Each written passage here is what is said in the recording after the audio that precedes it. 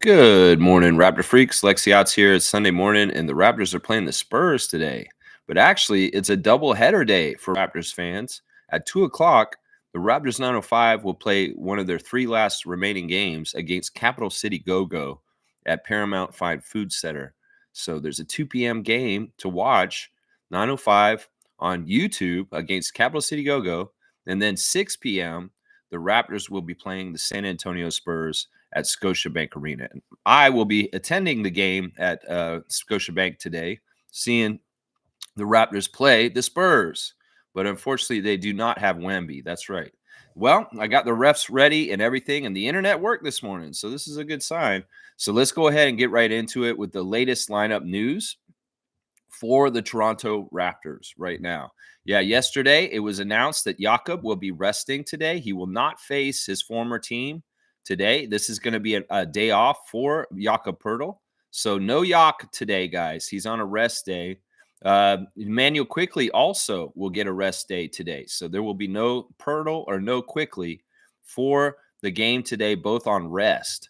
Jacoby Walter got an upgrade on his injury report, which I'm very surprised by because I had heard that he wasn't going to come back this season, but it sounds like he might because he has been upgraded to questionable as far as things. That's better than out. So Jacoby Walter is technically questionable for today's games, guys, and that means he may be close to coming back sometime later this week. Jared Rhoden is assigned to 905, and he is still out, so he will not be playing in either game today because he still has a twisted ankle. And he's not been available for the 905 or the Raptors. Brandon Ingram is out today. Grady Dick is out today, and Ulrich Shamshay is out today. That's the whole list right there. So RJ is not sick anymore. RJ is not listed on the injury report, so should expect RJ Barrett to suit up and play for the Raptors at home against the Spurs today, along with Scotty Barnes. So I'm going to guess that our starting lineup for today will be Jamal Shed, Oshai Abaji, RJ Barrett, Scotty Barnes, and Orlando Robinson. That's going to be my speculative starting lineup for the Raptors today. Shed, Abaji, Barrett, Barnes, and Robinson. Yeah. So, yeah, Jacoby being questionable is a good sign. It's a really, really good sign. And, of course, RJ not being on the injury list is good, too. So we'll have some Barrett and Barnes today, at least two of the three of the BBQ. And, unfortunately, IQ and Jakob are out, just so y'all know. On the other side of things for the Spurs, there are two very important injuries right now. Victor Wembanyama, of course, has been shut down for the remainder of the season due to problems with possible blood clots, which is very, very scary. Hopefully, Victor's issue will clear up and he will have a long, flourishing NBA career. De'Aaron Fox, the acquisition from the Sacramento Kings mid-season, has had a season-ending surgery to repair a tendon damage in his left pinky finger. So he is out for the rest of the year and will not be playing today. Charles Bassey is out right now due to a knee injury. Harrison Ingram was signed to a two-way contract with the Spurs, and he is playing for both teams now. And Riley Minix is out for the rest of the season with a torn labrum in his left shoulder. So really it's Victor and De'Aaron that are the big injuries. Otherwise, the Spurs are healthy, and their main players right now, we haven't seen them all season, so I might as well go over their whole roster of who we will see on the court for the San Antonio Spurs today. Chris Paul is their point guard. They're starting the rookie, Stephon Castle, at shooting guard. Devin Vassell is the shooting small forward. The power forward is Harrison Barnes, and the center is Jeremy Sohan. Off the bench for the Spurs these days, it's Blake Wesley, Julian Champagny, Keldon Johnson, Sandro Mama Lucas Chavalli. I said that horrible. Jordan McLaughlin, Malachi Branham, Bismack Biyombo is on this team. He was signed for the remainder of the season off 10 days. So we will see our old friend, Raptors legend Bismack, in the house today. So maybe he'll get a little bit of shine from the in-game ops for his part in Raptors history over the last 30 years, for his one season that he played for us when we went to the Eastern Conference Finals. So I could see Biyombo getting a wave to the crowd today. But, yeah, that's the Spurs team, basically. is, Stephon Castle is a great rookie. He's been doing fantastic. Jeremy Sohan, Chris Paul. You get to see the great Chris Paul still while he's still playing in the league. That's always a joy. So that's the Spurs and who you can expect. ESPN matchup predictor is saying that the Raptors have a 72.5% chance of winning today. They're only giving the Spurs a 27% chance. So we have a 72% chance. They had a 27% chance. So we are favored 3-1 in this game today, guys. But I'm going to say this right now. We may be favored by ESPN.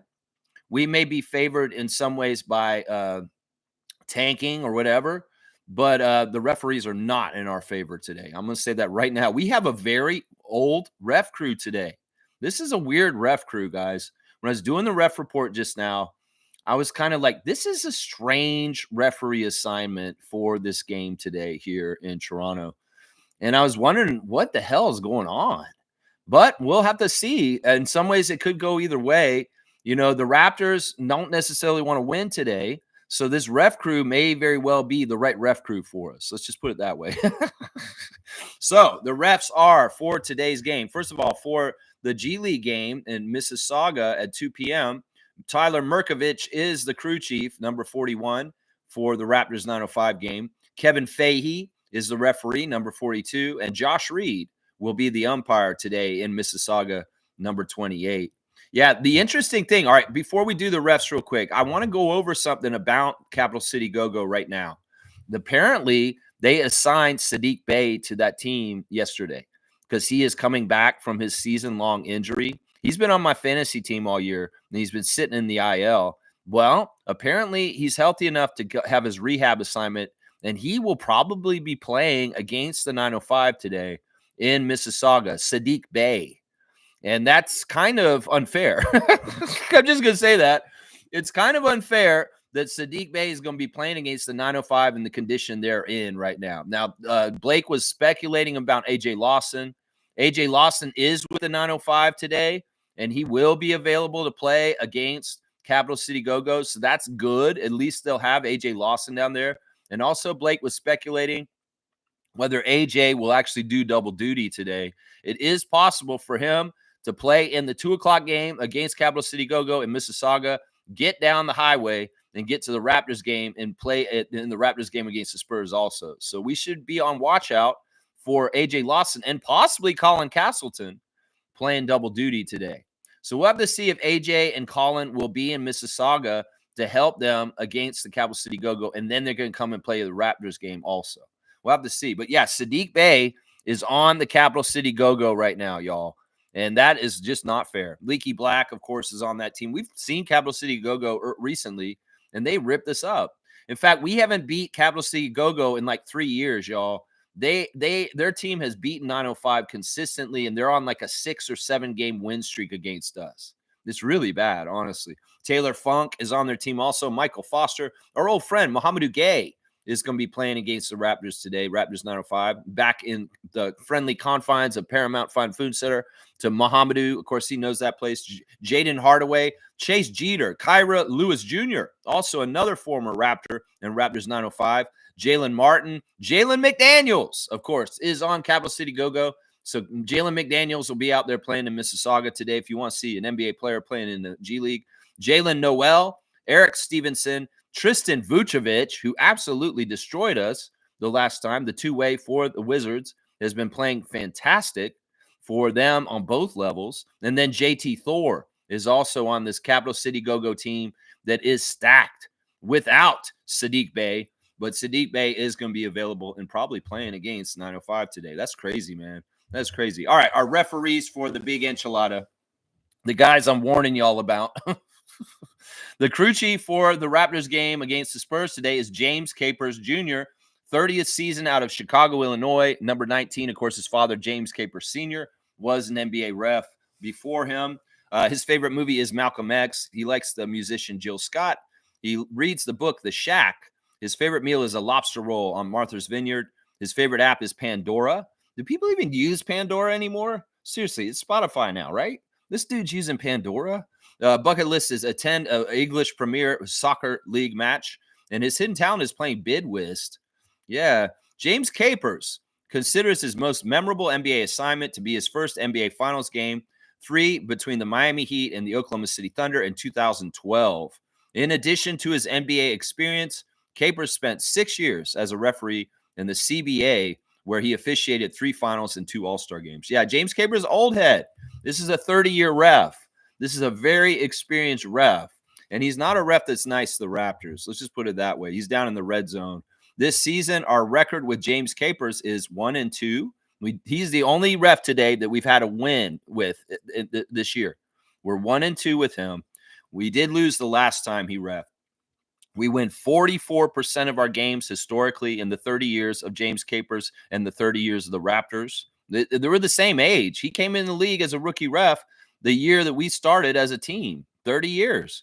And, well, the Spurs are James Capers' winningest team out of all the teams in the league, all 30 in the team. They're number one with the best record with James Capers Jr., which makes sense because the Spurs have been excellent for a long time, the Popovich, and winning a lot and going to the playoffs almost every year. But they win 68% of their games. So it's 44-68 for the Spurs with James Capers. And as I said, the Spurs are his best team as far as the highest winning team out of all the teams in the NBA. That is the one there. The second ref is the big man, Kevin Cutler, number 34, his 15th season out of L.A., his favorite TV show is Homicide, Life on the Street. He gets down to Luther Vandross. His favorite book is Give and Take. His favorite meal is chicken. He most like to visit Africa. His bucket list is to play the 20 of the top 100 U.S. golf courses. And his hidden talent is he can play the trumpet, guys. Yeah, Kevin Cutler considers his most memorable NBA assignment to be his first playoff game, Game 3 of the first round series between the Houston Rockets and the Minnesota Timberwolves on April 21st, 2018. Kevin Cutler refereed for 6 seasons the NBA G League, working 2 final series and a 2018 All-Star game. He also spent 6 years as a college basketball official, including assignments in the 2009 NIT tournament and the 2010 NCAA tournament. So, yeah, Kevin Cutler is the best ref for the Raptors today. He's right down the middle. We've lost both games that he refed this year so far.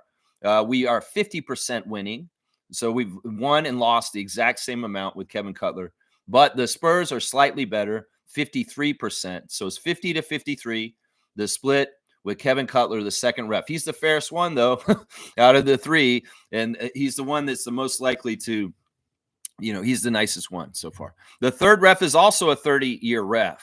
And that's what's so a red flag to me. It's like, why are we getting these old head refs for the game today? And it's Tom Washington. Tom Washington, 34th season out of Fort Smith, Arkansas, number 49. His favorite TV show is Martin. He likes the movie Boomerang. He listens to Stevie Wonder and Brian Culbertson. His favorite book is the Bible, and he likes to eat salmon. Yeah, there you go. Washington considers his most memorable NBA assignment to be his first NBA Finals, Game 4 between the Celtics and the Lakers in 2008. His proudest moment as an official was Game 2 of the 2012 NBA Finals between the Heat and the Oklahoma City Thunder, when he worked alongside Tony Brothers and Dan Crawford in the first finals game with the 3-person crew, first finals game ever with a 3-person crew of black referees. That's awesome. In addition to his NBA service, Washington officiated 2 years in the CBA, 1 year of college basketball in Division 1 and 2 and 3, and 5 years at the high school level in Pennsylvania. Yeah, Tom Washington is very similar to James Capers Jr. He's worse, a little bit worse, honestly. We've had Tom Washington just once this year, and we lost. And our winning percentage in 30 years of Tom Washington is 43%. So we won 43% of our games. That's the worst of all 3 refs today. And the Spurs are the number 1 team for Tom Washington, just like James Capers. So maybe they're just really good refs, and the Spurs are just like that. They won 67% of their games with him. They're number 1 out of all 30 teams. So both the old head refs that are 30-year refs, their favorite team, or at least their team that has won the most around them their whole entire careers, is the Spurs. And that's for both James Capers and Tom Washington. So very, very, very similar splits for those 2 very old school, old head refs who have been reffing as long as the Raptors have existed, y'all, all 30 years. So it's not a favorable ref crew, but that may be favorable for Masai and Bobby with what they want to happen today. So it could be very interesting to see how this ref crew is. They may be very, very not very fair to us today. I'm going to say that right now. So yeah, there's your ref report.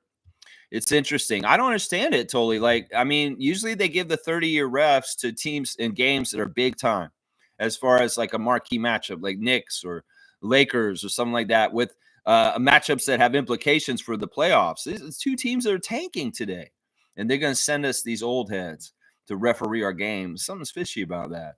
I don't know. We'll have to see. Maybe we'll have a better winning record with those two 30-year refs because we beat the Spurs today, and that will go up. We'll have to see. But yeah, James Capers Jr., Tom Washington, they're not the nicest refs to the Raptors. And Kevin Cutler's okay at middle at best.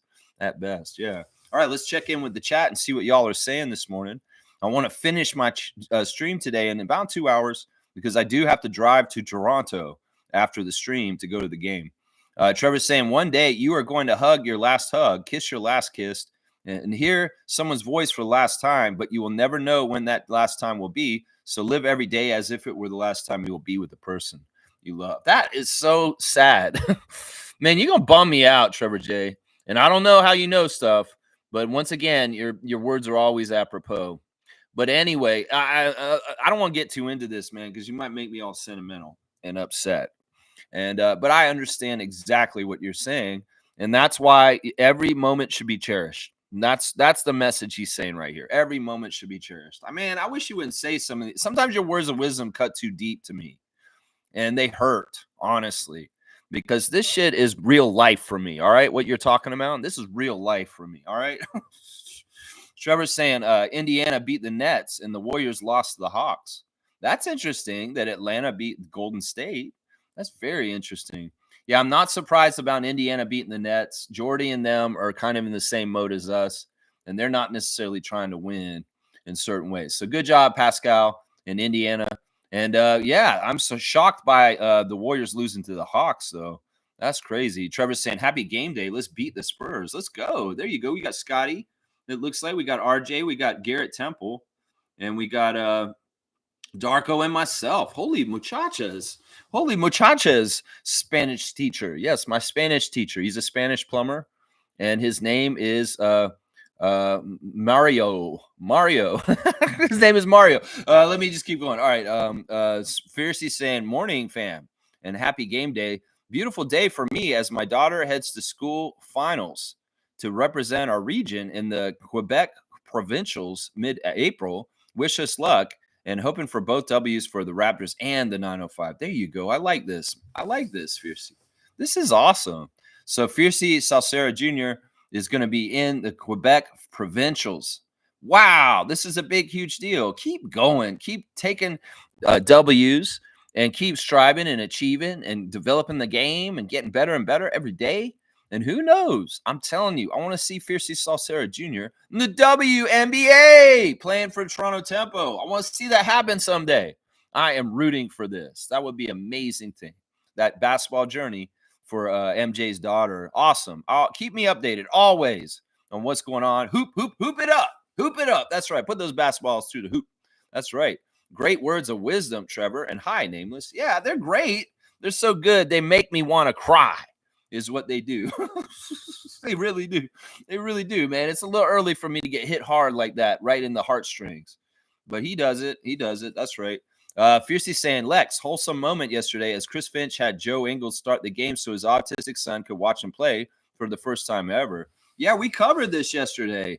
I was looking at the ESPN page and saw that Joe Ingles got to start the game because his son from Australia was actually in the country and able to sit in the front row and watch his dad play. That is a special moment. Chris Finch was interesting when he described why he decided to do this. He said, I haven't been playing Joe lately. Joe hasn't been playing in games lately. And I decided, well, I want his son to see him play. And I said, well, you know what? If I'm going to play him, I might as well go all out and let him start. And that's how he made the decision. It's like he wasn't necessarily going to let him start, But then he talked to the Timberwolves, and they said, we'd love to let him start for this situation. That would be a really cool thing to do for our teammate Joe. So the team actually said, yeah, one of us will sit out so he can start for this game. And that's how it came about. It is a very nice situation. It is a very nice thing to do. Fiercely saying, Jeremy Sohan's very talented, but always pulls sneaky stuff. Who will he be beefing with today?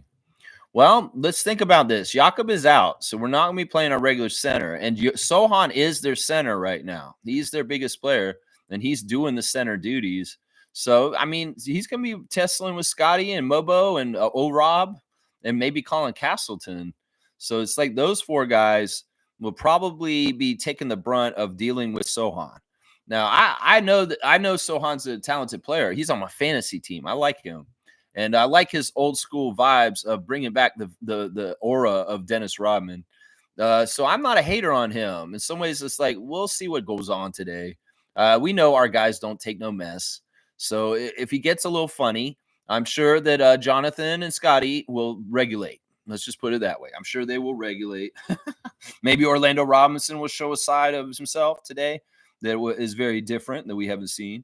Monique is here. Good to see the superfan Monique Lawrence. She will be going to the game also today. That's right, y'all. Today's game is the Pride game. They're going to have the Pride celebration game at the Scotiabank Arena for today's game at the arena. So it's Pride Day at the Scotiabank Arena for the Spurs game, guys, just so y'all know. Good morning, Raptor Freak crew. Happy game day. Let's do things right today, Raptors. That's right. And most not wanting Tank, not wanting else. So she wants y'all to go out there and win is what she's saying right here. No pulling punches, Darko.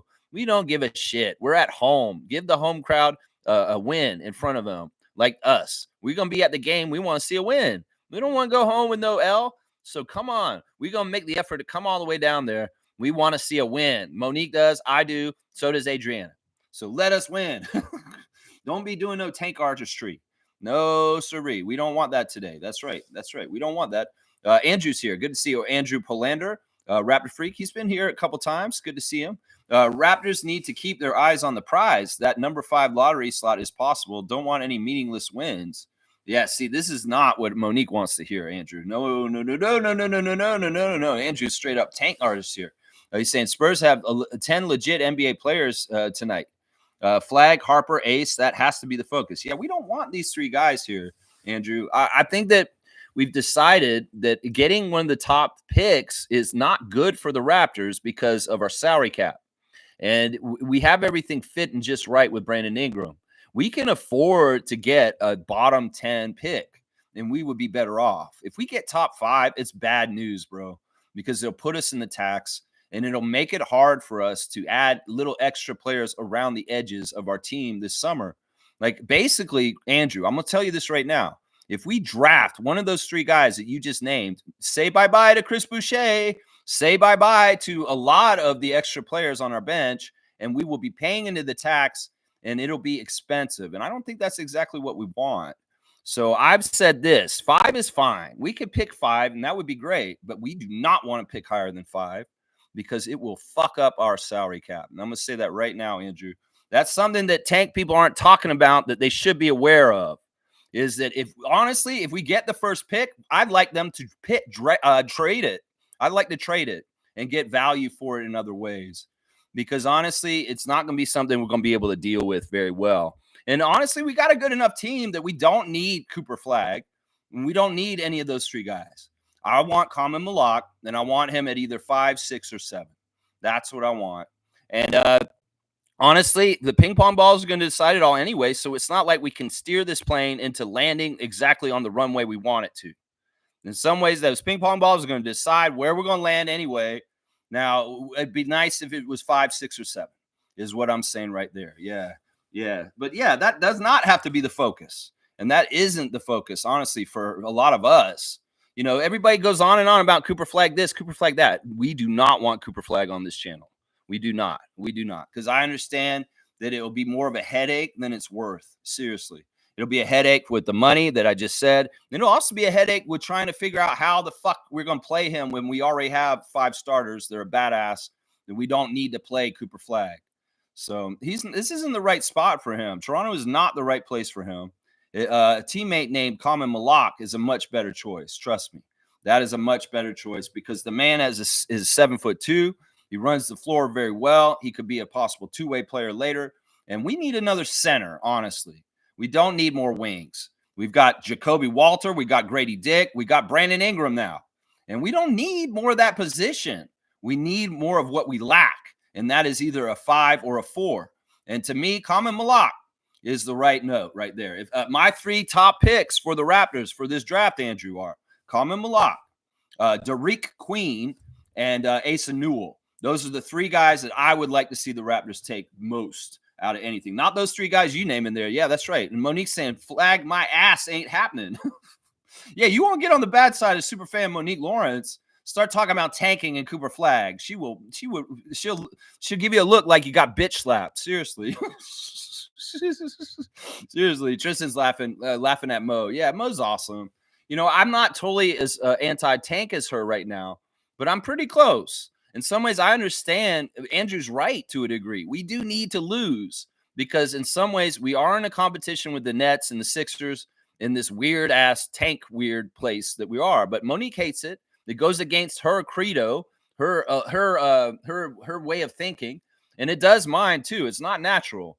But in this situation, I have said, yes, this makes sense that we do need to kind of hover around them, maybe even be below them if we can.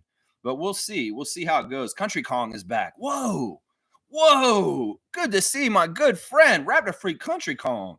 It has been a long time, and I hope you've been very, very well, my good friend. Greetings, Raptor Freaks. Lex, due to my late night work schedule, I rarely get the chance to join the stream, but I'm up today, so I thought I'd drop by, wishing you and my fellow freaks all the best. Man, it's so great to hear from you, JP. I had not heard from you so long, and I'm just glad to know that you're okay, my guy.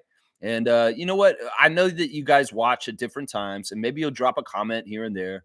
And I know that, you know, once again, the Raptor Freak channel is like home. You guys can go away for a long time on journeys and voyages, and, plumbing school. And then you can come back, and I'll be here for you. So you know that, JP. You know I'll be here for you. And I'm so happy to see you return, just like The Rock. Finally, Country Kong has returned to the Raptor Freak channel. And the millions and millions of Country Kong's fans. That's right. There you go. I love it. Nameless is pulling out the white flag. What's going on here? White flag. What's going on here? Surrender. Is that what is going on here, man? Good to see you, Country Kong. Yeah. I've been wondering about Country Kong, honestly. I've been wondering about him. Of course, he's Scotty Barnes, Twitch family 2022. Yeah, I've been wondering about him. Where's he been? Where was he? Where's he been? He's been working late. That's what's been going on. That's right. Nako's here. Good to see Nako the Nacho. Gerald Mayhew. My mom's going to the game. She'd have brought me, but she has to bring a client. Oh, and look at the faces that he's made. Oh, man, I hate this, man. Your mom's going to the game today, and you'd love to go to the game with your mom, but your mom has to take a client. Oh, capitalism. Oh, capitalism. Why are you making Nako not get to go to the game with his mom? Because she has to take the client? No, she has to hobnob and brown nose and get this client in the books. That's right. There's good players in this draft, 1 through 7. Trust whomever, Masai and Bobby Pig. Yeah, I'm all about that. I'm all about Malak.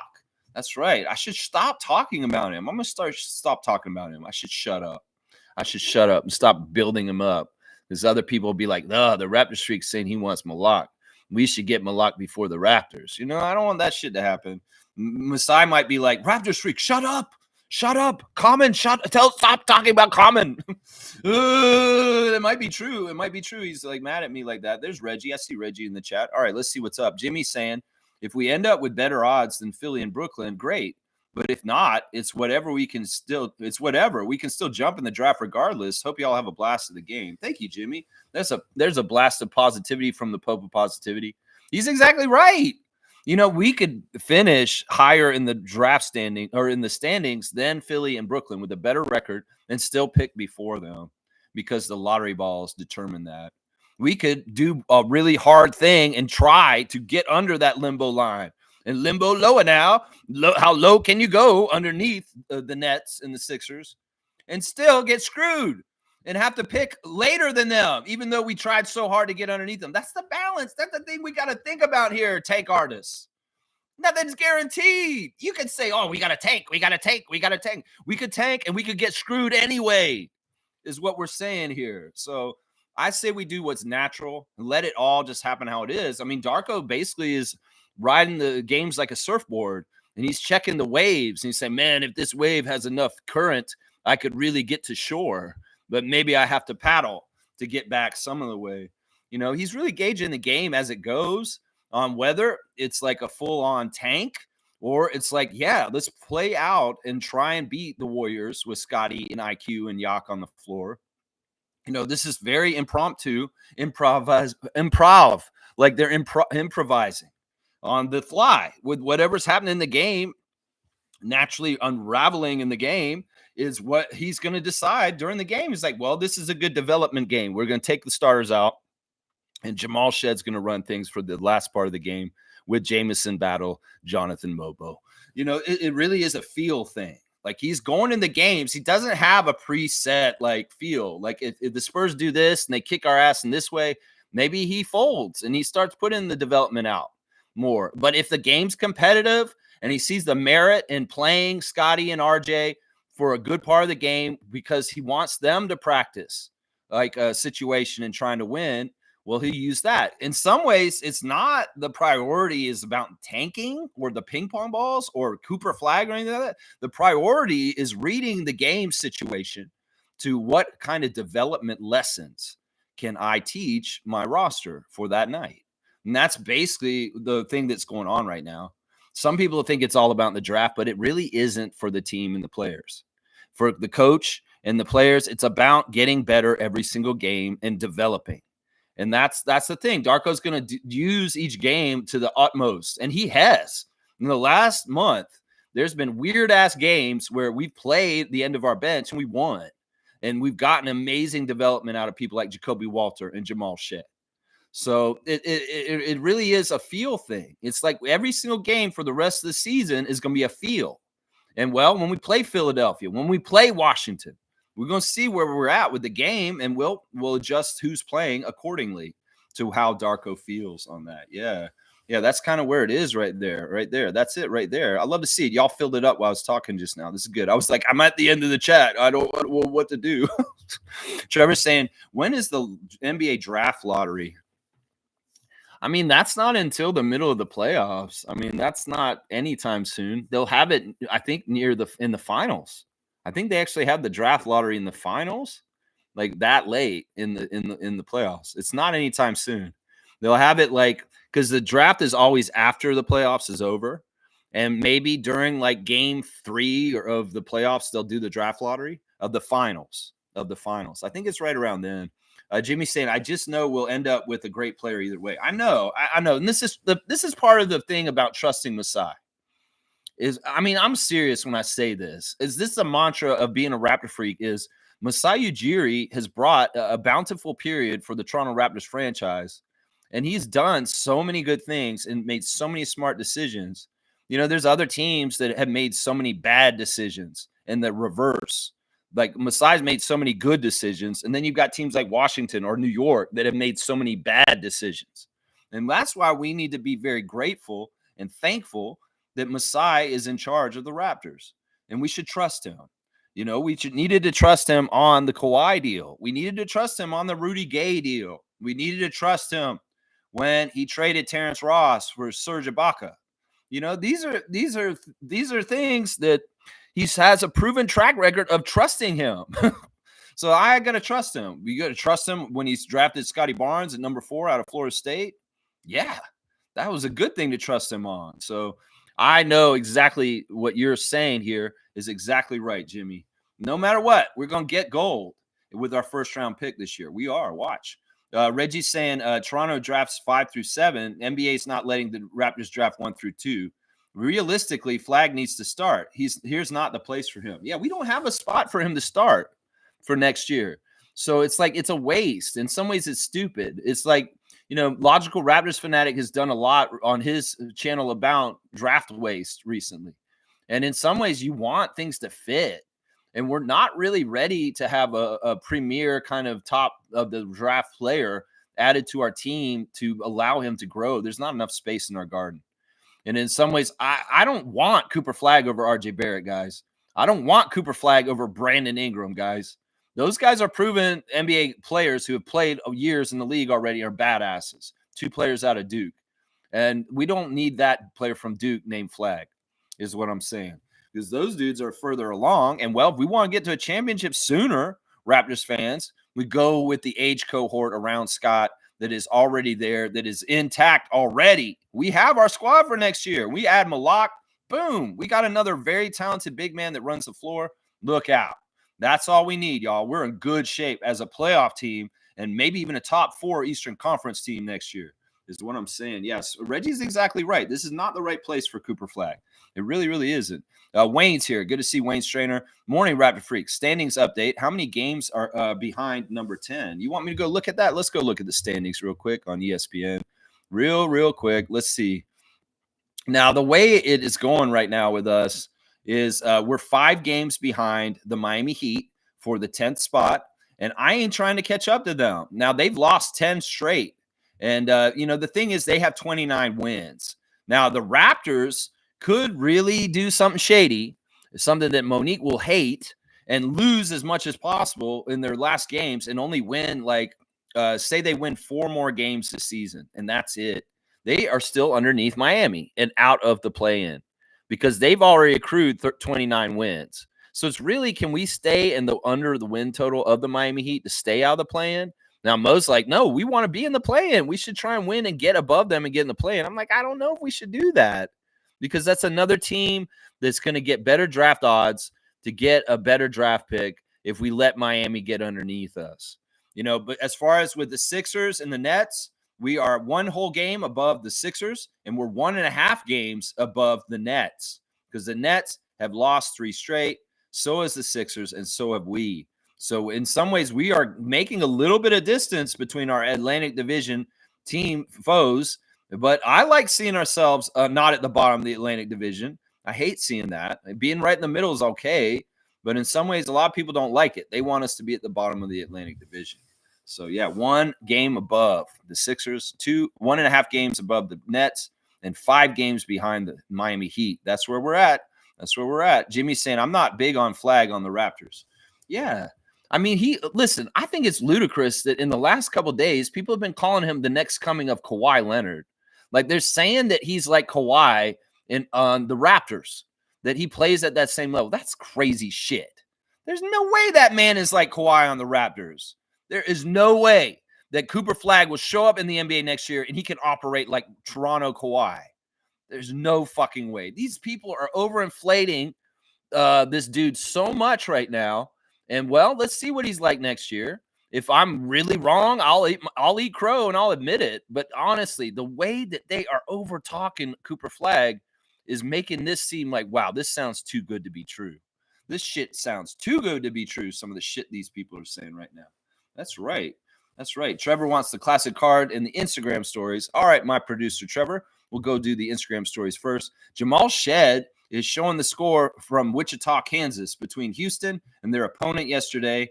And they're showing a guy who was on the other team crying in some ways. This is what Jamal said to his old teammates. Y'all had me scared for a sec, weirdos. Stop doing that, shaking my head. Yeah, in some ways, I guess they only won by 5, and it was a threat that the other team was going to beat Houston and put them out. And Houston being a number 1 seed, they don't want that to happen. No. So Jamal Shed on the edge of his seat, watching his alma mater, the Cougars, get their win yesterday. But very, very close. And he took a picture of this other guy on the other team crying about it. That's kind of weird. And then he's got his friend Justin Wells saying that LJ Cryer was born a bucket. Bump. There you go. And they got their second win of the tournament right there. Yeah, Lindsey Dunn was out at the park yesterday. They were doing a Raptors event down at one of the parks in the cold. It was very cold. And they were called a cold court, 3 versus 3. This is what they were advertising recently. They had the outside 3 versus 3. And Grady Dick was there, out there with a nice colorful jacket. Staying warm, Grady. Stay warm. I know it's Canada. And in some ways, I wish it had been warmer when y'all got back from the West Coast trip. But unfortunately, it's cold like this weekend for some fucking reason. It's annoying. It's really fucking annoying. But anyway, Grady at this event, and Lindsey Dunn captured the reaction of a young fan at the event, seeing Grady for the first time is so wholesome and just kind of like cute to see a fan seeing Grady in real life, one of their favorite players, and freaking out about it. That's on Lindsay Dunn's Instagram stories right now. That from the event yesterday. And she's also very happy that Stereophonics were playing at Massey Hall last night. She went to that concert last night. So I'm following Lindsay Dunn. Norman Powell is saying happy birthday to his niece. She is turning 4 years old yesterday. And there's an action shot of Norman at the Intuit Dome for the Clippers. Let's see. Dylan Disu's got some kid from the Texas Longhorns getting some accolades. Happy birthday to his queens, which I believe are his twin sisters. That's right. We've seen them before. And then I think there's a picture of his parents or something. His dad's got like a cowboy hat on.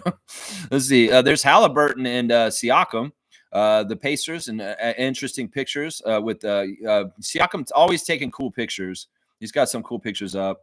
There's Matt Devlin celebrating Amir Johnson, getting some shine as a Clippers assistant coach. So I don't know what was going on with Amir Johnson, but they're talking. He's talking to Zubac and teaching him how to play and getting Vika Zubac better. There's Grady out in the cold with a Raptors toque on at the cold court 3-versus-3 yesterday. Good stuff, Grady. Glad to see you out in the community saying hi to the fans in person and watching that 3-versus-3 tournament in downtown Toronto. Fantastic stuff. Looks like there was a really good turnout considering the temperature was cold. And Grady's Raptors jacket is fire, man. Holy crap, that jacket is really, really cool that he was wearing yesterday. Of course, the Raptor was there also. And we saw some good 3-versus-3 tournament action in this cold court 3-versus-3. Good stuff, man. Raptors have the game day up with Scotty, and it is a pride game. As I said, guys, it's the pride game for the year with the Raptors. Yeah, good stuff, man. Eat like an MVP and win at an MVP at Raptors Experience with Maple Leaf and Raptors have a contest right now. Let's see what else we got. Kelly Olynyk stretching for the New Orleans Pelicans. Zach Edey is celebrating Purdue's win, 76-62 in their game in the tournament. Good stuff. Zach Edey going for his Boilermakers, of course. There's Leo Routins once again in the crew with Jack Armstrong at TSN for the March Madness, sitting at the table, talking the basketball during the game. Yeah, these guys have the day shift at this point. These guys are working overtime, working the March Madness stuff, and that is a long haul. Seriously, there's a lot of work there. And them sitting in there, of course, there he is with Javon Shepard and talking about more of the stuff on the March Madness. Jack and Leo and Javon. Good to see our Raptors guys covering the college game. That's right. And then Manuel Quickley's been posting his little posts of anime stills with different sayings on it. And the one right here is saying, your younger self would thank you for not giving up. So, yeah, the very inspirational stuff that Emmanuel's been posting lately on all of his Instagram accounts. He has like 2 or 3 of them. And a lot of really cool stuff there. Let's see what else. That's it. That's the Instagram stories for today. Yeah, Shed and Edey, happy for their alma maters going forward in the March Madness. And Grady Dick at Cold Court 3-versus-3 yesterday in the afternoon. And young fans saw him out in public. It was pretty cool. Very, very cool. Very, very cool. Reggie saying to accommodate Cooper Flagg, the Raptors would need to make a trade or two. Yeah, and in some ways, look, we'd have to dilute our team. And I don't know if he's necessarily needed for our team. Seriously. Everybody just thinks, oh, best player in the draft. We just need to get him. We just need to get him. That's not always the case. Sometimes teams are in different places. Like the Wizards, they really need somebody like Cooper Flagg, and they have the room to take him. But our team is stacked. We've got so much good talent on our team right now. Barbecue and Brandon and Yak and Jacoby and Grady and Oshai. It's like, what the fuck do y'all want Cooper Flagg for? He's not going to help us in the way that y'all think. He may make things worse for our team. In some ways, you can add too much, and it causes dissension and chemistry problems. And right now, our team has got the right nucleus. These guys work well together, and they're happy. I'm saying this over and over again. If it ain't broke, don't fix it. That's what I'm saying. Gerald's saying, honestly, I'll probably be excited for whoever they draft, wherever they draft. Ace is overrated, but I'd probably be happy with him. I'm not super big on Asa, but I'd probably be happy with him. There you go. Gerald's just easy going.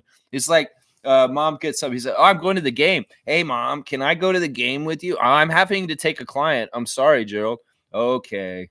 Hey, are we going to draft the Ace Newell? Yeah, we're going to draft the Ace Newell. Oh, I was like really big on him, but that's okay. He's just easy going. Gerald's easy going.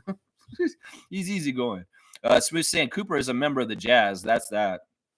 It's not a bad fit for him, honestly. Doesn't make them instant contender either. That's the thing. A lot of dumb people probably think it's like, oh, Cooper Flag goes to the Jazz, they're going to be in the playoffs next year. No, that's not for sure. That is not for sure. For real. Yeah, Kaz is saying good morning, Lex and Rapid Free Crew. Good morning to you, Trucker Kaz. Good to see you on a Sunday morning. Jimmy's saying, hell, if we stay at 5-7, I'll still be stoked. Malak would be a beast back up big. Yeah, that's what I'm saying. That's the vision from me, man. Is like, look, in some ways, you get Common Malak, you're upgrading that position of Orlando Robinson and Jonathan Mobo behind Jakob Poeltl. You are getting somebody who blocks shots. You're getting someone who runs the floor very well and has the ability to develop an offensive game that could be very good also. So there's a lot to like about Common. There's a lot to like about him. I know he's a little bit of a project, but also the other thing, like I said, is he's a Duke guy. And that's always good when you have Duke guys like RJ and Brandon on our team already. And then also he's from Africa. And in some ways, he probably has ties to Masai already. I know that him and Shamshay are friends already because Shamshay's been promoting the hell out of Malak on his Instagram stories in the last month or so. So it's like, what's not to like? You bring in Malak, and all of a sudden you got a Malak Shamshay kind of Twin Towers thing developing in the next couple of years. What's not to like, Raptors fans? About the idea of that. Twin Towers from Africa and Common Malak and Aldous Shamshay. Yeah, what's not to like about that is what I'm saying right there. That's right. That's right. Mo's saying, me either, Jimmy, in reference to Flag. Not so big on him. Yeah, I mean, I'm hearing all this noise about him, and I'm like, nah, fuck that. You're saying that he's like this and he's like this. Bullshit. Bullshit. There's very few big, huge draft picks that come in and have monumental shifts in this league at this point. It's just not how it is anymore. There's nobody like Shaq coming in and changing the whole league. You know, Tim Duncan had an impact when he came in. There's certain players that have impacts, but even, Michael Jordan, LeBron James, when they came in the league, they didn't have instant impacts. Their team sucked and they lost for like 3 or 4 years before they did anything with their careers. That's just how it is. There's very few Magic Johnsons who come in and win a championship his first year and are such an overwhelmingly powerful rookie. There's so few. And Victor Wembanyama may have been the most recent player that could have had this impact, but even he didn't. That's what I'm saying. You have brought in a 7'5" Frenchman who could have revolutionized the game immediately, but no, he struggled right away. And the Spurs were a lottery team in his first year still. So don't give me this crap that Cooper Flag's going to transform some team into a Magic team next year. It's just going to be amazing. Bullshit. If Victor Wembanyama couldn't do it a couple years ago, Cooper Flag ain't doing this shit next year, is what I'm saying right there. That's right. That's right. That's right. That's right. Kaz is saying June 25th is the NBA draft's first round, and June 26th is the second round. That's right. 2 days of draft. Jonathan Mobo, historic draft pick, as the first ever player picked on the second day of the NBA draft. That's right. That's history. That's seriously history. It's not Kyle Filipowski. No, it's not. It was Jonathan Mobo who got picked, the first pick in the second round on a second day of the draft. And that's historic, honestly. We didn't do 2 days of the draft until last year. And that's the first ever player picked on the second day of a draft. Jonathan Mobo, Toronto Raptors. That's right. So they're going to be the 25th and the 26th of June. All right, let's mark the calendars, guys. James saying, what do you think about Jeremiah Fears? He's a point guard. He's got star potential. I know you want a center this draft, but Masai could swing for the star factor. Well, I mean, he's somebody that you guys have talked about a lot and feel really good about. I know Nako was really big on Fears.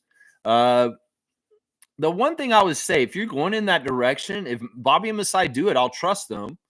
Like I said, whatever they decide, I'm not going to be mad at it. I'm going to be like, oh, that's interesting. If it's a curveball and something I didn't expect, I'll be like, okay, there must be something about this guy. That's what happened with Grady 2 years ago. When they got Grady, I was like, whoa, I wasn't that thrilled. But I've been very thrilled about Grady since. Jacoby was somebody that I was very shocked that we picked too, because he'd fallen, but that was just such a steal at that point in the 19th pick. So I don't know. Fears, I looked at him. He did look good. He was like one of the point guards that I looked at and I said, if we're going to pick a point guard, I'd like it to be this guy because he's not a small point guard. He's got a pretty good size for point guard. I don't know. If they went that way and that's what happened, then I would be like, okay, so they're thinking about who's going to be the third point guard with Quickly and Shed. And that's the thing. If they pick Fierce, that's a direct kind of like light a fire under Jamal Shed's feet kind of thing. Because that's the thing. You got to think about who's existing on the team already in the hierarchy of that position. And how would this person coming in battle for their place in the hierarchy? And what would that cause for waves? That's why I shy away from getting a first round point guard, is because Shed's a second round pick and he has all kinds of potential to grow from where he's at. And in some ways, I don't want a first round point guard coming to the team next year and taken away from Shed's path, because Shed has a really good path he could grow into. And that's why I would caution that. That's why I'm kind of like, I would say if we're not going to pick a center, a power forward, that the point guard is the next thing that I would say. I do not want a 3s and 4, a 3, 2 or a 3. I do not want wings. We don't need that for sure. So the next position would be the point guard that's most acceptable to me personally, as far as what I think they need. But, and then, like I just said, that causes a whole thing with, well, what's Shed thinking? And in some ways, I'd like to keep Shed because Shed is in the line of Kyle Lowry and Fred VanVleet as a cerebral, gutsy, tough-nosed, smart, winning kind of point guard over necessarily an athletic point guard that is star-studded like a Russell Westbrook kind of point guard. No, I don't necessarily want that type, is what I'm saying. I'd rather have the Shed type, because that's a good backup point guard. And in some ways, he can be very fine with being the backup to Emmanuel, and Emmanuel's not getting threatened in some ways also. So, you know, that you got to think about all the things about the fit, the hierarchy of the team currently and presently, and how does that first round pick make waves in that hierarchy? That's something that Raptors fans and people that are just Tank Nation people do not think deeply enough, because that is part of the fit.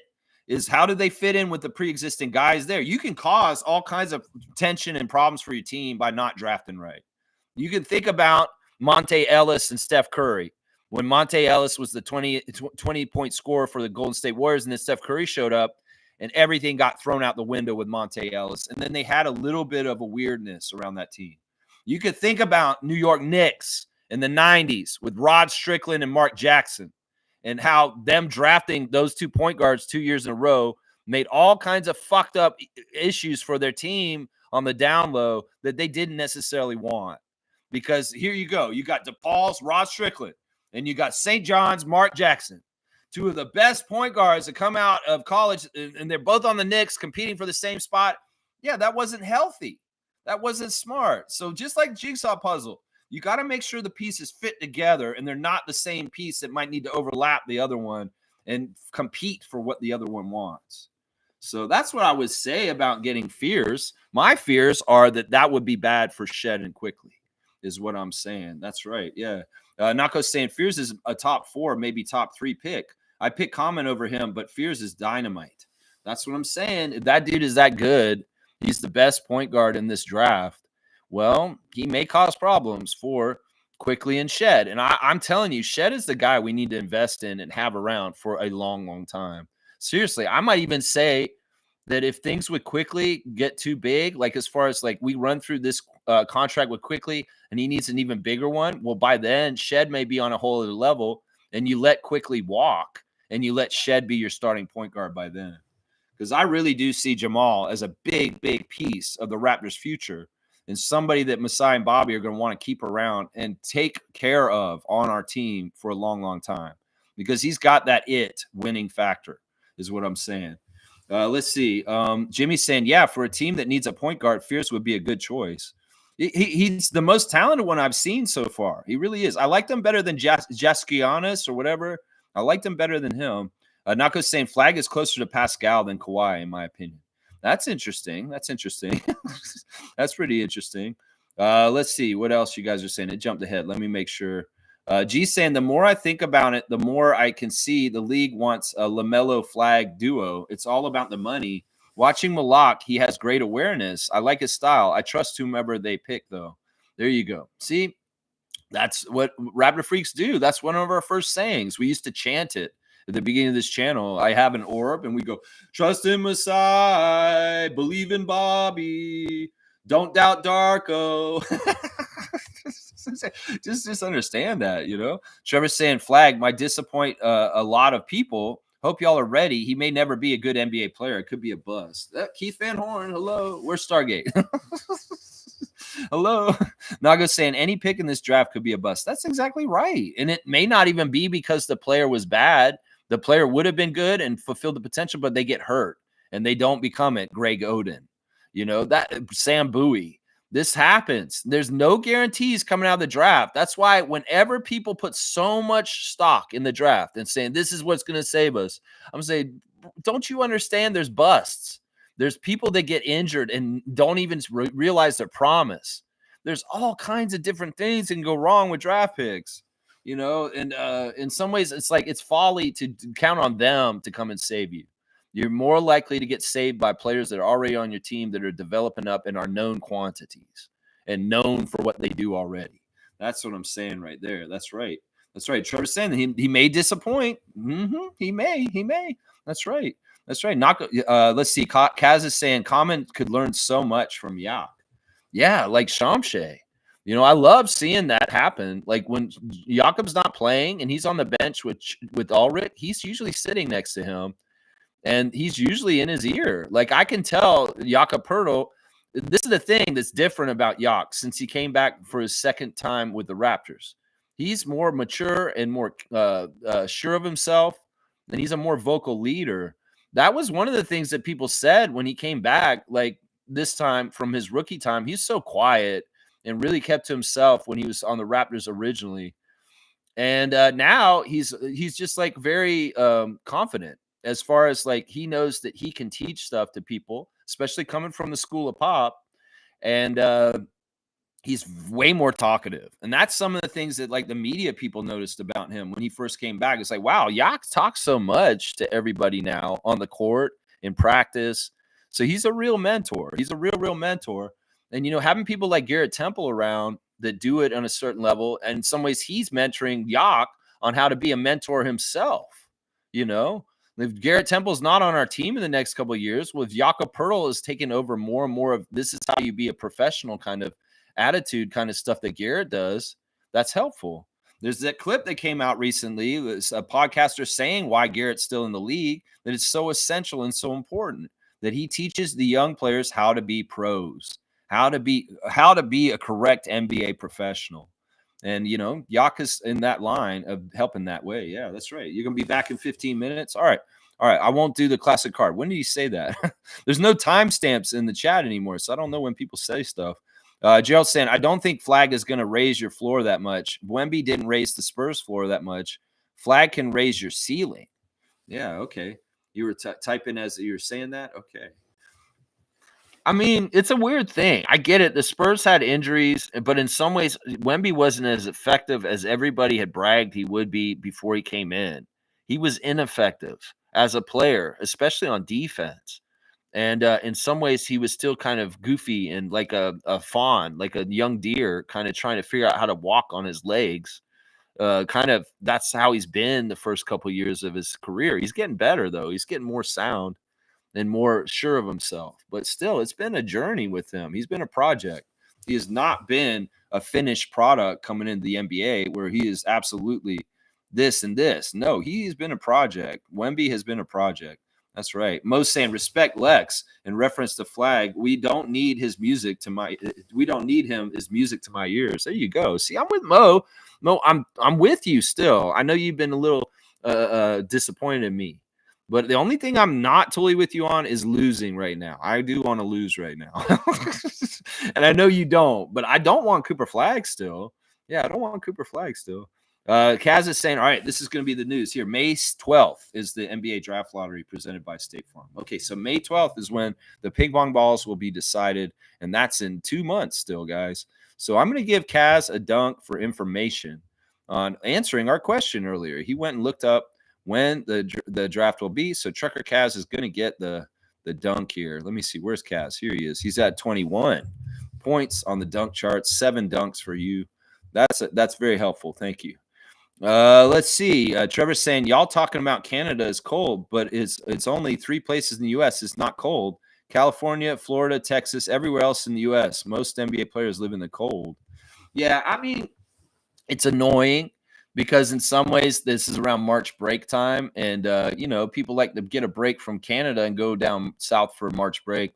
But I'm just saying, it's the kind of thing where it's like, I know that they just went to San Francisco. The weather was very nice out there. And now they're back here and what's going on here. And I'm just like, man, I hate this. I wish the weather was nicer here. I really do, because I want the Raptors to be more comfortable and feel like, you know what, Canada is cold is probably what they're saying. I hate that. I hate that. And you're right, Trevor. I mean, it's cold in a lot of places right now. And it's only a few places it isn't. But still, it is. I'm sensitive to this. That's right. Stargate saying Malak or Queen, I'm good with. Yeah, those guys are both the true centers that would be able to do true center work for us. And that's what we want. We want another big that's insurance, a project just like Shamshay that's coming up that can be helpful. Yeah. Wayne's saying, how about this? We just trade away all the known attributes we know about our Raptors players and bring in a whole set of suggestions being spoken of here all the time. What about that? Go get them. I mean, I think you're being sarcastic, and I know you are. I think it's funny. Yeah, it's like, let's go ahead and trade all the guys that we know are money, like right now, Jamal, RJ, trade them out of here just to make room for question marks, guys that are coming in that we have no idea even will make the league in the right kind of ways too. Yeah, I'm with you on this. Totally with you. It sounds ridiculous. Country Con saying Jamal Shed is officially my favorite player. Grady, I'm sorry. Get healthy soon. Jacoby is also in my top 5 after that game winner. But since that dunk against the Warriors, Jamal Shed is my god. There you go. I like this. Country Kong has been Grady Dick #1 fan for the last year or so. And now he's officially switched to Jamal Shed. All right. I like that too. Yeah, Shed is really impressed. And that's why I said what I just said a little while ago, that this is the dude that Masai and Bobby need to hold on to, because he is the lineage from Van Vliet and Lowry. And he's that same kind of point guard. He's just like those dudes. So cerebral, so smart, and really, really good at figuring out when to go and when not to go. That's what I'm saying. Fiercey's got Shed on blast. And Kaz is saying Shed is our backup point guard 100%. That's right. And if we got Jeremiah Fears, that would be in contention, is what I'm saying. That would be in contention. James is saying that Shed is a keeper, perfect backup. Yeah, I don't want to screw that up. In some ways, like I said, you can get a point guard controversy real quick, Jose Calderon and TJ Ford. And in some ways, you don't want that. If you don't need that or want to have that, you don't get it. Don't get it. It's one thing to say, guys, let's get Kyle Lowry this summer as a veteran minimum and say, Kyle, come back to Toronto. Instead of doing a one-day contract, come back and play for the Raptors for the year alongside Jamal Shed and teach him like you taught Fred. That's a much better idea than drafting Jeremiah Fears, isn't it? Does that sound like a better idea to you? That's what it sounds like to me. And maybe Kyle would be cheap and he'd be like, yeah, I want to come back to Toronto and feel the love. I love what I see from Scotty Barnes. And man, you guys have such good vibes right now. I've been on the worst vibes team ever in Philadelphia this year. And I want to be on a good vibes team with Darko. And I want to come up there and I want to return to Toronto and I want to teach young Shed. Doesn't that sound ideal? That sounds like who I want for our third point guard, right? Can Masai and Bobby make this happen? Can they get Kyle on a cheap deal, on an exception, on a veteran minimum? That would be awesome. That would be ideal right there. That would be awesome. That's what I want. That's right. Cass saying, I don't want a guard in this draft. If we get a guard, it has to be in the second round, and it has to be somebody who would be definitely on the escalator underneath Shed. It would definitely have to be somebody who's maybe running the 905 next year. Let's just put it that way. So I don't mind taking a second round point guard. That makes more sense to me in some ways. Most saying, I trust Masai. It's the fans that have Flag's name up their ass, not me. Can we move on from this topic? Unfortunately, we can't until the draft's over, Monique. Unfortunately, we can't. And these people are relentless with this. I love what you just said. I'm going to give you a dunk because I think you're exactly right. I'm going to read it again, honestly, because it's a really, really good comment right here. But Mo's getting a dunk for this because she's on point with this. 45. You got 45 dunks now. Really, really good. 45 points. I trust Masai. That's the number one rule. It's the fans that have Flag's name up their ass. Yeah. It's like they got a flagpole up their ass, Monique.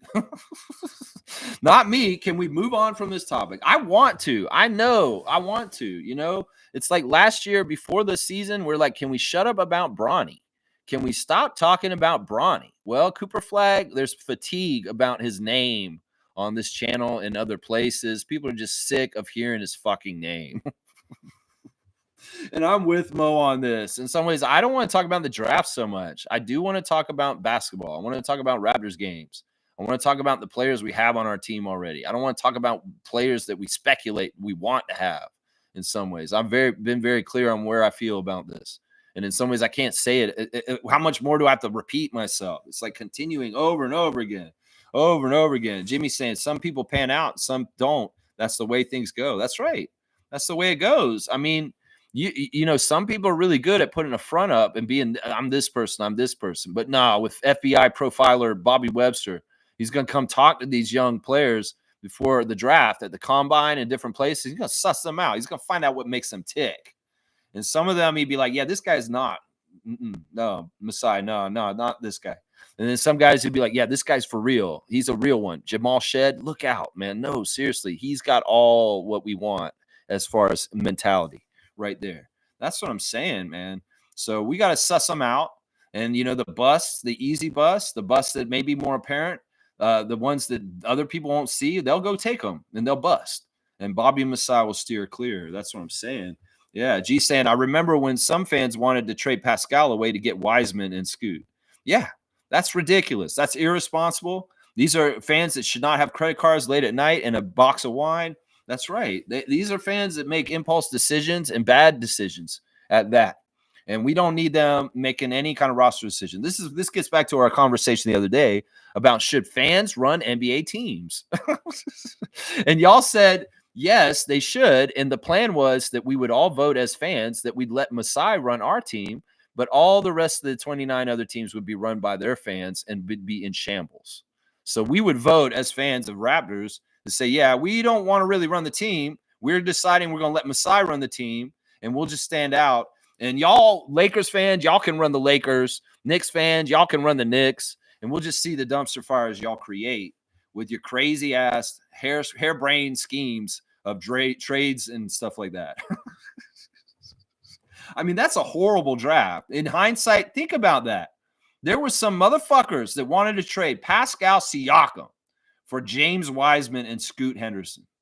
Does that sound like a good deal? At that time, these motherfuckers thought it did. Horrible, horrible. Nako's saying Oklahoma ain't in the tournament anymore, but Fierce had a pretty good clutch game recently, and Fierce is young, best handle in the draft. I think there's a lot of value in him.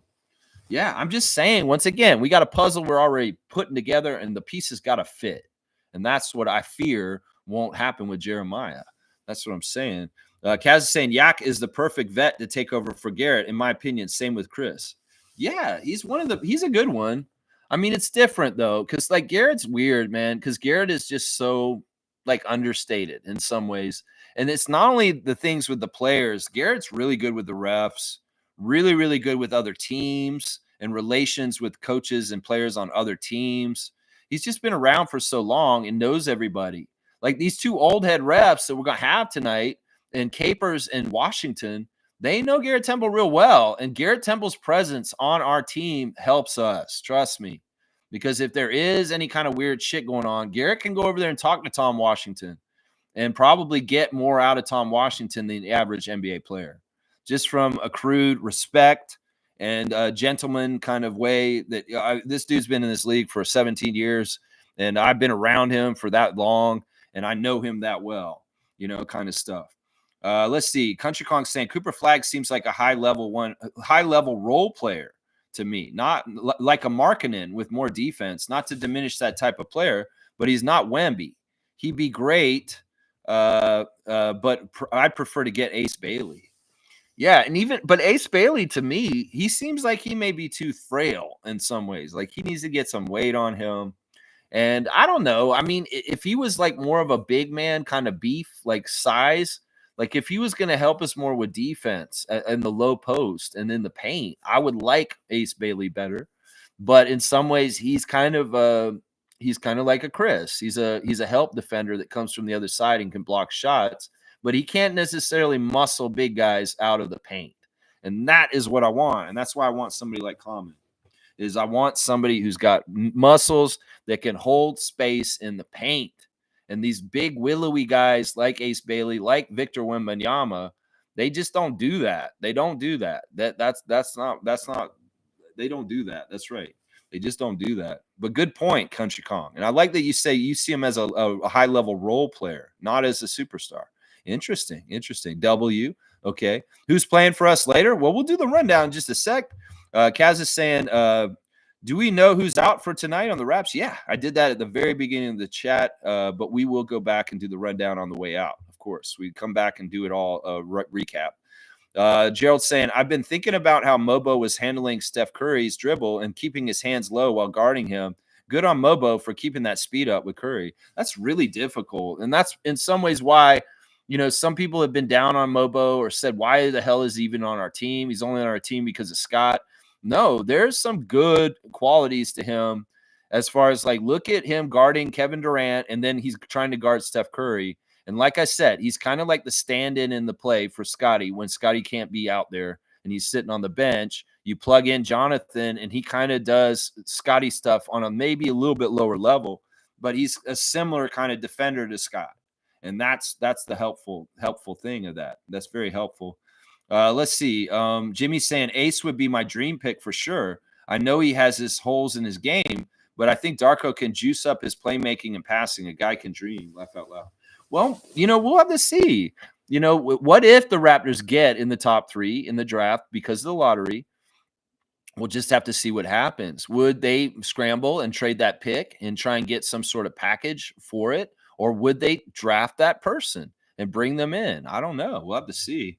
Nako saying Nico Harrison for GM of every team but the Raptors. I like that. All right, Gerald, you want to dunk? That's good. Okay, so Nico's going to run all the other teams. Although there may be collusion in that. Let's just put it that way. 24 on the dunk charts. You got 24 points on the dunk charts, Nako. Smooth saying, just saw that the Bulls put 146 on the Lakers. Yeah, that's awesome. And the Bulls are not all that. That's pretty crazy. Jimmy saying the Bulls rookie is nice. Buzelis, he is. He's very, very good. Very, very good. Let's see. Josh Giddey fell too short of a quadruple double. Holy crap. That's awesome. He would have been in the land of Olajuwon if he had gotten that. That's crazy. That's really crazy. Nako's saying Ace to me is the least Raptors player out of the top 3. You think he's the least Raptors-y? What is that word? That's not a word. Raptors-y? Okay. Let's see. Smooth saying 2 steals short, it looks like. If he had 2 more steals, he would have had a quadruple double. That's crazy. That is insane. So he had 8 steals, and he had double digits points, rebounds, and assists. Wow. That's crazy. Stargate saying that Minneapolis, Chicago, Milwaukee, Boston, Detroit are all very cold cities, and in some cases colder than Toronto. So why do they like to pinpoint Toronto so much? Well, I'm the one who's talking about it being cold today. Nobody else is doing it. It's just I'm freezing my ass out here in the woods right now. It's probably warmer downtown. In fact, when I drive to the arena, I'll be like, oh, it's so much warmer down here. It's like I live in a different climate than Toronto even out here. So in some ways, when I say it's cold out here, I'm talking about like northern Ontario kind of cold. Because in the city, it's much warmer than where I am right now. In fact, it's sometimes like 5 to 10 degrees Celsius warmer in the city than it is where I am here. I mean, I still have snow on the ground. It hasn't melted all completely. But the city, all the snow's melted down there. I know it has by now. That's the thing. You live in the city. There's enough concrete. There's enough human bodies around you moving around all the time. There's enough kinetic energy. Now I'm out in the woods. There's hardly any people out here. And there's nothing out here keeping more warm, like concrete or people. So that's part of it. I was complaining about the cold. It was me. It was me. Smooth saying, and why is the NBA guys complaining about Canada? Yeah, I don't know. That Thad Young thing was stupid. That was stupid. We covered that, though. Most saying W stream, W vibes, go Raptors for life. Keep at it always, Lex. Raptor Freak Crew strong forever. Just helping Lex limit the comments. I appreciate that, Mo.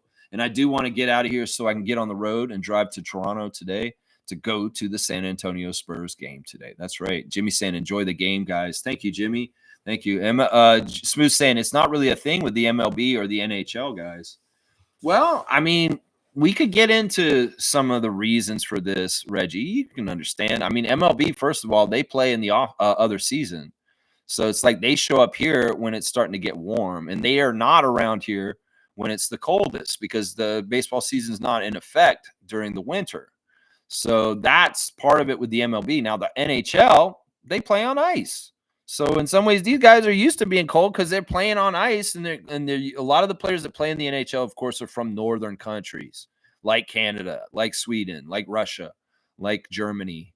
So that's part of it. Also, is that like they come from colder countries, they're used to it already. Some of the American players, they come from the South, they come from Florida, they come from Texas, and they're used to their temperature down there. So it's a couple different things there. Trevor's saying flag might be the car with flat tires. Well, we'll have to see. All right, let's do the classic card.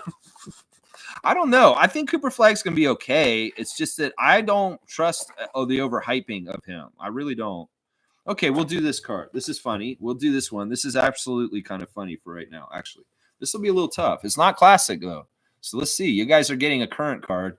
Full name answer. Whoever writes it in first gets the Raptor Free trivia points for this classic card, which is not really classic. It's a shiny, newer card, and if you can tell me it's a Prism card, if you can tell me who that player is, you'll get the classic card points. Now, what is that team? It's Peachtree. It says Peachtree on it. That'll tell you what team that is that person's on. But do you know who this is and what happened to them recently? Maybe there's a bonus point in that. If you can tell me who it is. So if you can tell me who the player is and the news about them in the last 2 days, you can get some bonus points. I'll give you a bonus 50 if you can tell me the news about this player and you can identify this player. That's right. Mo's saying, I still love Charlie V's comment about stop being bougie. Yeah, he's saying that Thad Young's Hollywood. he's this man's gone Hollywood. It's like we got such a good life as NBA players and we're bougie, and this guy's complaining about this. Charlie V, you're a real one, man. You're a real one. Yeah, your snow's been melted there for a while. Yeah, see, I've got a lot of shade on my lot. I'm in the forest, and I'm behind trees, and the sun doesn't hit my yard as directly. So the temperature's cool enough, the snow stays. That's what it is. Yeah. I like it though. I kind of like it. And I like that I have a shady spot because in some ways, if it gets really hot, it's really nice in my yard. And I have such good long 100-foot trees, like really tall fir trees that are really cleaning the air and making me have some of the cleanest air. And there's going to be benefits to having those trees more than detriments as far as I look at it. But it is what it is. All right, come on, y'all. Where's the guesses? Nobody's going to guess who this young player is that's currently in the NBA or was up until a couple days ago. Who is that? Come on, guys. Y'all can't tell me who that is? Come on, I'll put it up real close. You can't tell who that is? Who's behind them? Who's behind them? I can't even tell who's behind them. Oh, it's Maxi Kleber behind them. And is that whatchamacallit? Deadman? Dwayne Dedman? I don't know. But who's the main player? Come on. We need a guess here. I see that Smooth and maybe Slug Deezy are not in this wheelhouse because it's a current player. And this is not an old school player. So this should be easier, y'all. This is a current card. Y'all don't know who this is. Give me a guess, and I might give you a clue. We need at least a guess before I can give you a clue on the name. And I might use my bonus points if you guys don't get this soon. I'm really disappointed that nobody's gotten this right away. Seriously. This is a player that's in the league currently, or was up until a couple days ago. Yeah, that says Peachtree on there. It says Atlanta. They were playing for Atlanta. I don't know if they were up until recently. You're starting to detective work it together, Kaz. It's Peachtree, but that isn't on the Atlanta team. But he. I can't say he's still on Atlanta. I don't even know what team he's on right now. Honestly, I don't think he's on any team right now. Y'all are really not giving me names or nothing. Just put a name in, y'all. Who do you think that looks like? And then we'll go from there. Seriously, just put a name in. That is an Atlanta player on this card, but it is not. He was not an Atlanta player recently. Kobe Buffkin. Okay, that's an admirable guess. That's an admirable guess. All right, I'm going to say this. This guy, I'm going to use the bonus that you guys didn't get. This guy was waived in the last 2 days with Alex Len. Alex Len and this player were both waived in the last 2 days. That's the clue right there. So if you can figure out who was waived with Alex Len, think about where Alex Len was and who would be waived with him that was from Atlanta. And then you can get this card. My stomach's growling. I want to go eat, y'all. So get the card. Get the damn card. Who was waived with Alex Len in the last 48 hours? This happened just like since Friday. Somebody got waived from a team that Alex Len was on, and they got waived too with Alex Len. So that you can figure out the team from that if you knew where Alex Len was. Man, nobody's trying to guess. I'm really disappointed in y'all. Seriously, yeah, that's right. Smooth, you got it. It's Cam Reddish. Cam Reddish was waived by the Lakers on Friday, and so was Alex Len. So, yeah, Smooth, you got it. It's Cam Reddish, and that's when he was on the Hawks a couple years ago. Yeah. Yeah, so we'll give it to you. That was, man, I'm not going to give you too many points because that took too long. Seriously. Cam Reddish and Smooth, and we're going to give him 100, just 100. In some ways, it's like maybe I should give him more, but I was really, Alex Len got waived, in the last 2 days. The Lakers waived him, and Cam Reddish got waived also. Yeah, he was I guess he was involved in a trade with Atlanta that came to the Lakers, and the Lakers had him around, but they waived him. Yeah. Could be that they're making room for Bronny. That's something like that. I don't know. Making room for Bronny. All right, let me just do a couple of checks around my tabs. Let's see if there's any news on Blue Skies coming from our guy, Blake Murphy. Now, he's talking baseball right now. Unfortunately, he's talking too much baseball. Let's see what Raptors Reddit is saying this morning. Let's see. Okay. The Golden State Warriors fans hate us. They hate the Raptors franchise because of Klay Thompson getting hurt and now Steph Curry. So Warriors fans have a silly vendetta against us because their players get hurt in games with us. And the Raptors Reddit players saying, how was this even our fault? Yeah, I mean, listen, he got in between two players and he fell awkwardly. That is just a freak accident. It's not like there was any maliciousness in the thing that happened with Steph Curry the other night. You know, Jonathan Mobo and Colin Castleton were not trying to hurt Steph Curry. Trust me, they both look up to him and they like him. Jonathan Mobo is a big fan of Steph Curry. It's the last thing in the world he would want to do is trying to hurt him, Warriors fans. So you're goofy shit. You're always talking this trash about Klay Thompson, Kevin Durant from the finals. And now you're going to bring this shit up with Steph Curry and saying it's our fault. Fuck you guys. It's not our fault. That's a freak accident. There you go. Let's see. One of the Raptors Reddit people saying, thank you, Bulls. You're giving us an even bigger cushion in our last dozen-ish games to fall back in because the Bulls keep winning because the Bulls beat the Lakers, and we don't want to try and catch up to them, according to this person. That's right. Let's see. Somebody's asking, I'm taking my partner to their first game. Any suggestions? Can be either before or during the game, local restaurants, areas to check out, things to know about the arena. Want to make sure we have the best experience. Let's go Raptors. We're seeing the Raptors Spurs today. Booked this vacation a while ago, hoping to see Wemby, but the basketball gods had other ideas. At least we got great seats at a fantastic price. I'd say go to Real Sports, like Adriana and I are. Go eat at the Real Sports restaurant right next to the arena. It's awesome. It's awesome. Yeah. Let's see. That's dumb. All right. Yeah, we won't look at any more of that. The Raptors Reddit is stupid. In some ways, it's very dumb. Sometimes it is very dumb. Yeah, let's see. Kaz is saying Scotty got hurt against Golden State last year. Yeah, injuries happen to people. It's stupid. It's like so dumb. Fierce is saying the amount of times Curry gets injured, they should hate on every team. That's right. And Monique's saying heard the NBA restaurant event with JYD went well. Yeah, JYD has a new book out called Role Player, ROLE. And Jamal McGlure was down there for his event. And he did like a signing and a book event. And that was a couple days ago, though, I think. Either way, congratulations, JYD, on your new book. And that your book signing at the NBA restaurant went well. That's awesome. Yeah. Wayne's saying, Lexicon, I would swap those trees and squirrels, no skunks, please, for a lot of these humans down here. Great neighbors, but new people need to be undone. New people need to be undone. I wanted to get away from the city, honestly, and I'm very happy out here. I mean, it's warmer down there, but in some ways, I like the reclusiveness and the peace. And in some ways, my last place that I was living in, I would be doing my stream and there'd be people banging on my window outside at the bus station because there's a bus stop right outside my front door at my old apartment.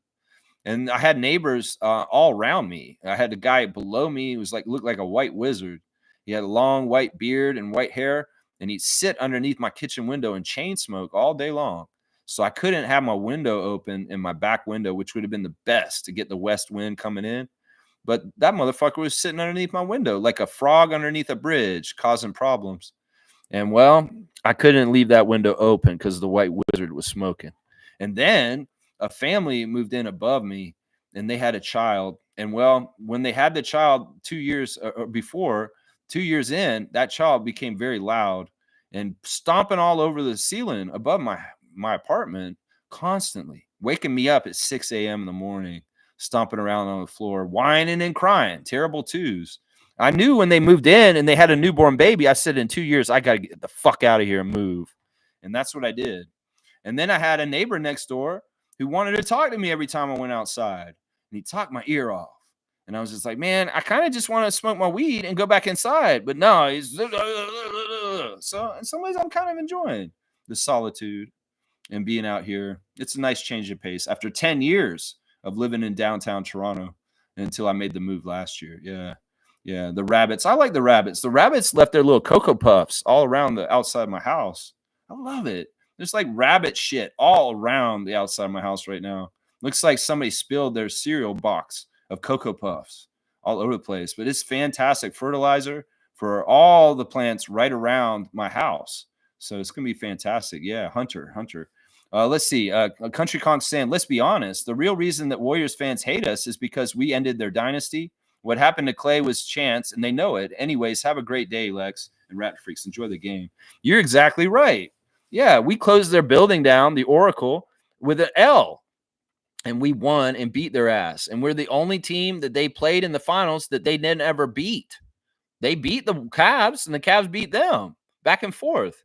But they never got a chance to beat us in the finals. So that I know why Golden State fans don't like us and their bullshit. Of course we know why. We helped close their arena with an L, big fat L, and we got our championship. That's right, DeAndre Hunter. Okay. Stargate saying, no, laugh out loud. No, not you, Lex. In reference to cold, I was referring to those NBA players like that, always using the cold as an excuse. Yeah, I mean, I totally get that. I totally get that. I do. But I'm just saying that I originally brought up the cold for myself earlier. When we brought the subject up, it wasn't because of that. It was me complaining that it's -8 out at my house right now. And it was more that. Fiercely saying, over talkative neighbors are so annoying. Read the room, people. He's a nice guy. And I didn't mind talking to him most of the time. It's just that he didn't know when to stop. And once I got engaged in talking to him, it's like, okay, I've got to give another 20 minutes to a half an hour of talking to him. And I may have something I wanted to do or a project I was working on. And he doesn't know that. He's just talking to me. And he wanted to talk. I don't know. I have a neighbor here that I talk to. She's nice. We kind of text each other in the morning and make sure we're alive. That's basically it. Stargate saying, I agree with Nako. I really don't see why people are so high on Ace Bailey. He is a one-trick pony. All he does is shoot. Where's the rest of his game? I think that it's the athletic potential with his body frame that is so appealing about Ace Bailey. I think that's what it is. I think that his frame is a very nice NBA frame. It's just that he needs to put more muscle on it, and there's a lot of really interesting potential for what he could become. I think that's what it is. Neil's here. Bronze City better quit their whining because we got a stomping for them next season. There you go. That's right. Yeah, we'll get Golden State again. We could have won that game the other day if we had our full roster, even with their Jimmy Butler addition. We could have beat the Warriors on Thursday if we had RJ. If we had who else sat out that game? There was a couple people. Brandon Ingram's going to help us beat the Warriors next year. That's for sure. All right, let me go and do the rundown real quick, and we'll get out of here. All right, the Raptors. You guys asked this earlier. Sorry, I'm getting into it now. The Raptors are going to sit Jakob Poeltl and Emmanuel quickly today, guys. They are on rest game. So no Yak and no IQ for the game tonight. The good news is that Jacoby Walter has been upgraded from out to questionable. So it's starting to sound like Jacoby may come back and play before the end of the season's over because he's been upgraded to questionable for today. Now, Jared Rhoden is out for both games. Brandon Ingram is out, and Grady Dick and Ulrich Shamshay are out. But you notice no RJ listed on this list, and Scotty is not listed either. So we expect a starting lineup tonight of Jamal Shed, Ochai Agbaji in the backcourt with RJ Barrett and Scotty Barnes at forward, and possibly Orlando Robinson at center. Could be Colin Castleton, one of those two guys at center. So that's the lineup I'm thinking we're going to have tonight. We're going to have Barrett and Barnes, basically, with Ochai and Jamal in a center is going to be our lineup. The Spurs have had some injuries and key ones, two very important ones. That is Victor Wembanyama shut down for the year, and De'Aaron Fox also shut down for the year with season-ending surgery on his pinky. So, yeah, Charles Bassey will also be out today. Harrison Ingram is a new two-way for them. And Riley Minix is out for the Spurs also. Who is on the Spurs team? Well, it's basically Chris Paul, Stephon Castle, Devin Vassell, Harrison Barnes, Jeremy Sohan, Blake Wesley, Julian Champagny, Keldon Johnson, Sandro Mama Lukashvili, let's see, Jordan McLaughlin, Malachi Branham, Bismack Biyombo, which is fun. We'll see Bismack in the house tonight. So hopefully we'll give a good response to Bismack. Hopefully they can do a little honor for him for 30th anniversary season. That would be cool. So that's basically the Spurs right there.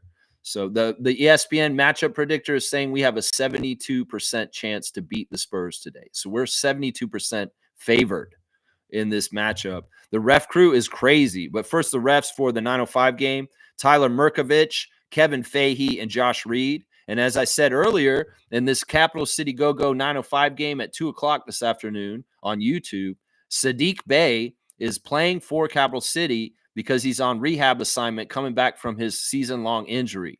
So Sadiq Bey will be playing in Paramount in Mississauga today against the 9:05, just so y'all know. They've also got Mohamedou Gay. They've got Jalen McDaniels, JT Thor, and Leaky Black. So they have quite a good team, the Capital City Go-Go, and there's been a streak against the 9:05. Capital City Go-Go's beaten them every time since like 2022. So we have a really bad long losing streak to Capital City Go-Go. So expect them to lose today. The crew before the Raptors game in the replay center, we got JB DeRosa, Ben Taylor, and Musa Dagger. And the crew on site in the Raptors arena, two 30-year refs are refereeing today. James Capers Jr., he favors the Spurs heavily favors the Spurs. In fact, the Spurs are the best record team in all 30 teams with James Capers. They have the highest record with him. Kevin Cutler is the second ref. He's a pretty middle-of-the-road ref. He does slightly favor the Spurs in his winning percentages. And then the other 30-year ref we have tonight is Tom Washington. And Tom Washington's been reffing for 34 years. And his favorite team or best team that has the highest winning percentage is also the Spurs. So we've got two 30-year refs that have the best winning percentage for the Spurs and really poor percentages with the Raptors. Heavily favor the Spurs against the Raptors with Tom Washington and James Capers Jr. Just so y'all know, both those 30-year refs. James Capers, as I said, has been a 30-year ref exactly. So he has started reffing as soon as the Raptors started. And he has reffed every single year the Raptors have existed. So that's what's going on there with the ref crew. They favor the Spurs. Let's just put it that way. They very much favor the Spurs today. That's what's going on with that. All right, that's it. That's my rundown on what's going on with the game tonight. Hope you guys have a good day. Check on your fantasy teams. It's the last day of the regular season, and we will be starting the playoffs tomorrow. So be ready, playoff teams that have teams. There's no birthdays today, unfortunately, guys. So, yeah, let me see what else you guys said just real quick. Neil saying Yak and IQ getting more rest than my old ass. Well, it's kind of been standard that they're every other game. So, like, Yak will play every other game. He's like he shows up for the the Warriors game, but he's not going to show up against the Spurs game. It's kind of sad that Yak's not playing his former team today. In some ways, Yaka versus the Spurs is fun because that's his former team. Yeah. Let's see. Wayne's saying rabbit poo. How are you going to grow any food, spinach, etc.? How about marijuana? Weed should be grown with these plants. Dr. Plant is weed. I'm such a novice, an amateur at growing stuff that I'm really starting the bottom level. I'm starting with potatoes and just normal things that most people grow that are easy. And well, as I learn over the years, I'll probably expand into tougher things. I am not trying to grow my own cannabis right now because I have really good cannabis stores out here that I'm dealing with right now. So, but interesting. Yeah, the rabbit poo's awesome. Like it is literally lining the whole perimeter of the cottage right now out here. It's just everywhere. There's just Cocoa Puffs everywhere. And it's just fantastic. It's natural fertilizer. It just goes right in the ground. And it doesn't need to be done with anything. It'll be perfect. Kareem saying, peace out, homie. And Kaz saying, peace out. Have fun in the game, Lex. Thank you. And Kareem saying, wait, Lex, I'll pay your bail if you go streaking. He said this to me before. I will not do this. I do not want to have a lifetime ban at Scotiabank Arena for disrobing and running onto the court with no clothes on. It is also the Pride game today. So I'm just not into this idea, Kareem. If you want to do it so bad, you go ahead and do it. But I value being able to go to Raptors games. And I know that if I did this, I may never, ever be able to come into that building ever again. Because that's kind of how they treat that. Seriously. Peace and love and white doves. Thank you, Neil Blackhawk. Y'all, Raptorize your day. Please like, comment, subscribe, share, join the channel if you want to. It's fun. Yeah, you can ask Tristan Trey. The comments in the Facebook chat are fun to listen to and read while you're watching the game as a supplement. But today I won't be in there. And I won't be watching the 905 game either because I'll be driving down to the arena. So y'all watch that 905 game for me. I'll watch the highlights later and react to both games tomorrow. And being in the arena for the Spurs game tonight will be fun. I'll be in the arena. I'll give you firsthand accounts of what I saw with my own two eyes in the arena, sitting in the crowd. All right, y'all. I appreciate y'all. Raptorize your day, like Nabs would say, and get out there and touch grass, especially if your grass is not having any snow on it anymore. Let's go, Raptors. And let's get the W for Monique. And let's stop screwing around, Darko. Let's win this game against the Spurs today. Who cares? Who cares about this stupid draft bullshit? Let's just play to win. That's what I want to see. I'm going down the arena. I'm not going to be yelling offense when the Spurs have the ball. I'm going to be yelling defense like I always do. Let's go, Raptors. And let's go to the game. It's going to be fun.